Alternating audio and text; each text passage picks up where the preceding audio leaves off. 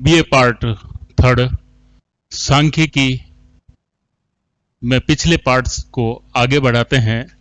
सांख्यिकी श्रेणियां, statistical series. सांख्यिकी श्रेणियां क्या होगी?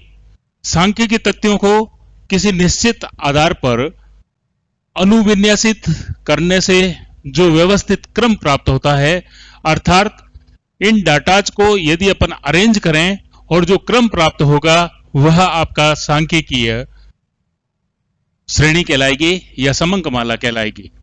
सांख्यिकी श्रेणियों के प्रकार, यानी बहुत सारे प्रकार की सांख्यिकी श्रेणी होती है। उसमें कई आधार से इसका विभाजन किया गया है।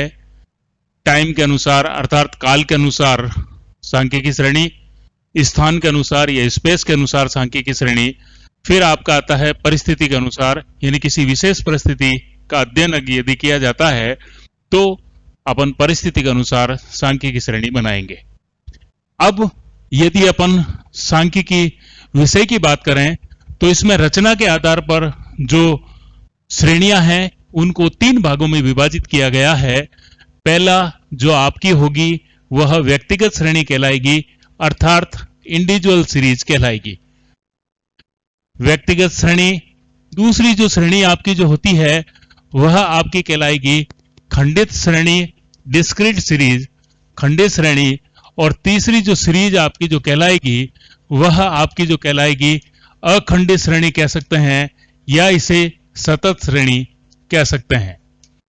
इन शब्दों के लिए जो बार बार अपन जिन नोटेशंस या जो बोलचाल की भाषा जो अपन काम में लाएंगे तो उसको अपन कहेंगे इंडिविजुअल सीरीज अर्थात व्यक्तिगत श्रेणी। फिर दूसरा होता है डिस्क्रीट सीरीज, खंडित श्रेणी। और तीसरा जो आपकी कहलाएगी कंटिन्यूस सीरीज अर्थात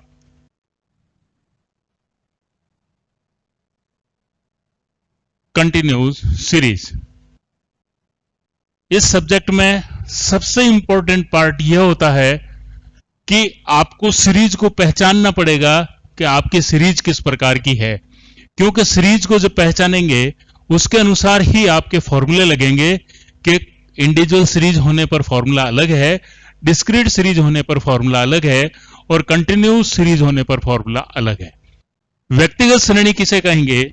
मान लीजिए अपन किसी भी शहर में रहने वाले 5 परिवार या अलग अलग परिवारों का अध्ययन करते हैं तो उनके व्यक्तिगत जो डाटा होंगे, व्यक्तिगत जो मूल्य होंगे या इकाई का मूल्य होगा वह आपका व्यक्तिगत श्रेणी कहलाएगा।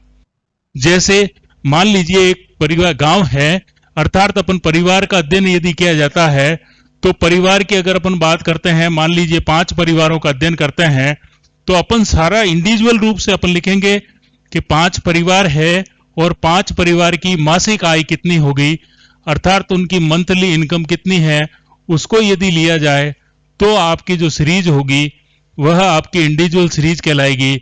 ए परिवार की इनकम 1000 रुपये है, बी परिवार की इनकम 2000 रुपये है, सी की 2500 है, डी की आपकी 1500 है और ई की मान लीजिए 3000 और 500 है। तो इस प्रकार से जो डाटा लिए जाते हैं, अर्थात 5 परिवारों की इनकम ली और एक एक परिवार का यदि अपन अध्ययन करते हैं तो आपकी व्यक्तिगत श्रेणी कहलाएगी। दूसरा आता है खंडित श्रेणी और तीसरा है आपका सतत श्रेणी। इसकी पहचान करने का तरीका, यदि इंडिविजुअल सीरीज में बहुत सारे परिवारों का यदि अध्ययन करें तो अपन इस इंडिविजुअल सीरीज को खंडित श्रेणी में भी बदल सकते हैं। लेकिन खंडित श्रेणी वो श्रेणी होती है जिनका प्रत्यक्ष माप किया जा सकता है, अर्थात जिनको प्रत्यक्ष रूप में मापा जाना संभव है। तो खंडित श्रेणी का प्रत्यक्ष माप किया जा सकता है। और दूसरा, यह हमेशा पूर्णांकों में होगी, अर्थात जो भी पद मूल्य होंगे उन मूल्यों के बीच में जो अंतर होगा वो एक निश्चित अंतर होगा, तभी उसको खंडित श्रेणी कहेंगे, अन्यथा नहीं कहेंगे। नाम इसका खंडित है लेकिन हमेशा ये जिस फॉर्म में काम में आती है वो पूर्णांकों के रूप में काम आएगी, अर्थात टुकड़ों के रूप में कभी काम नहीं आएगी। कुछ सुनिश्चित अंतर होने के कारण से इस सीरीज को खंडित श्रेणी कहा जाता है।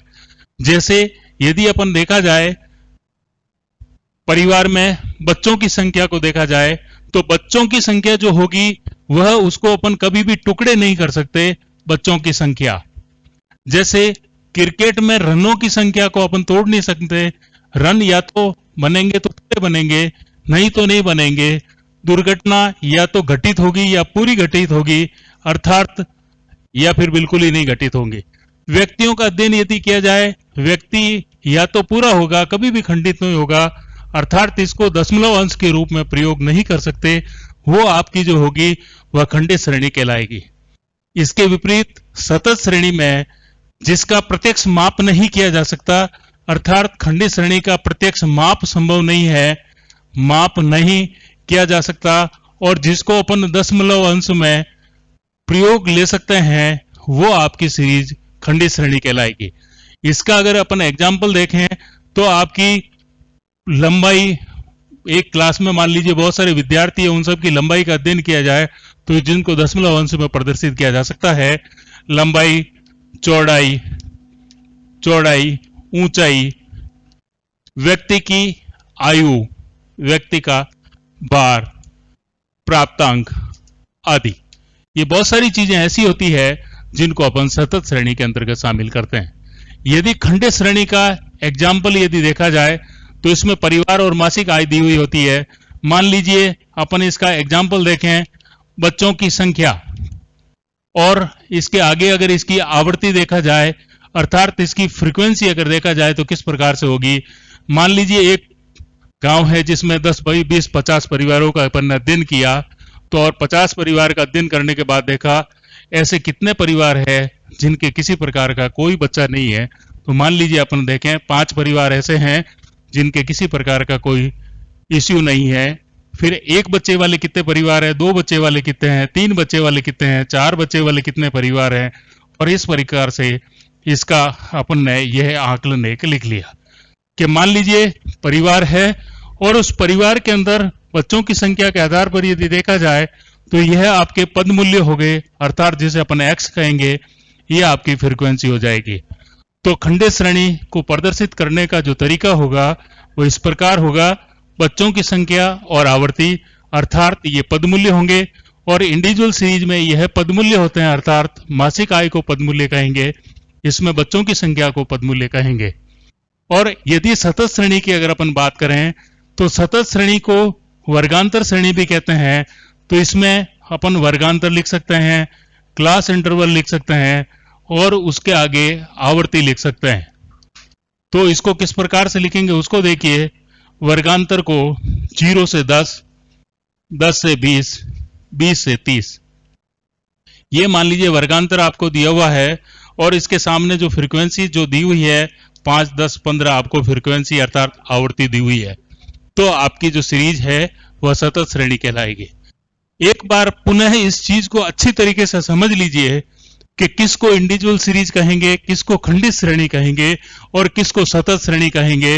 यह आपका सबसे इंपॉर्टेंट पार्ट है इस विषय को पढ़ने के लिए। तो या तो आप इंडिविजुअल सीरीज से चालू हो जाइए या फिर आप सतत श्रेणी से चालू हो जाइए, आपका समाधान हो जाएगा। तो देखिए सतत श्रेणी का मतलब आपको जो ये ग्रुप दे रखा होगा 0 से 10, 10 से 20, 20 से 30, ये इस प्रकार का ग्रुप होगा, और उसके सामने आपको अगर फ्रीक्वेंसी दी हुई होती है तो आपकी सतत श्रेणी कहलाएगी। अर्थात ग्रुप दे दिए, वर्ग दे दिए, और उसके साथ आवर्ती दे दी। सेकंड पार्ट को देखिए, यहां आपको केवल पूरे पूरे अंक देखने को मिलेंगे, वहां ग्रुप मिल रहे हैं और यहां अंक देखने को मिल रहे हैं 0, 1, 2, 3 और 4, उसके सामने आवर्ती होगी, वह आपकी खंडित श्रेणी कहलाएगी।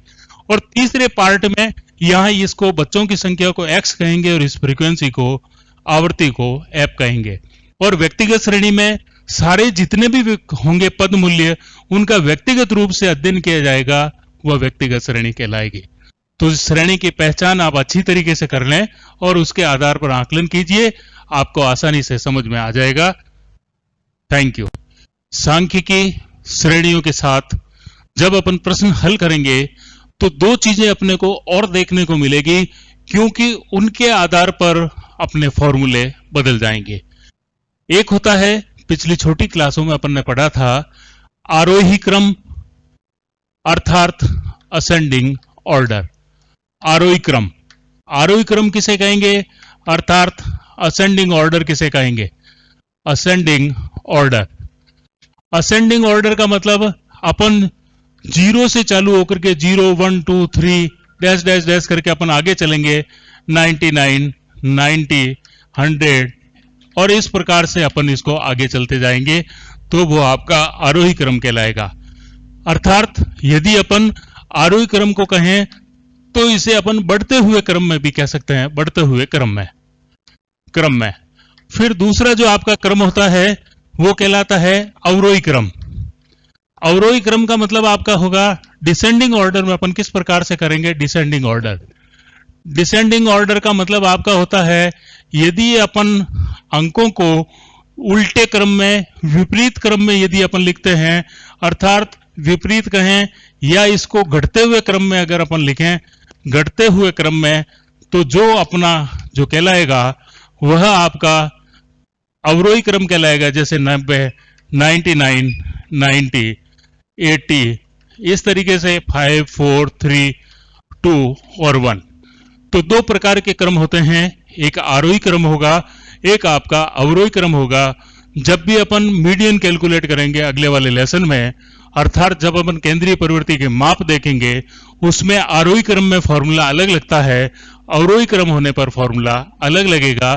तो दो प्रकार के क्रम होते हैं, एक असेंडिंग ऑर्डर कहलाता है और एक आपका डिसेंडिंग ऑर्डर कहलाता है।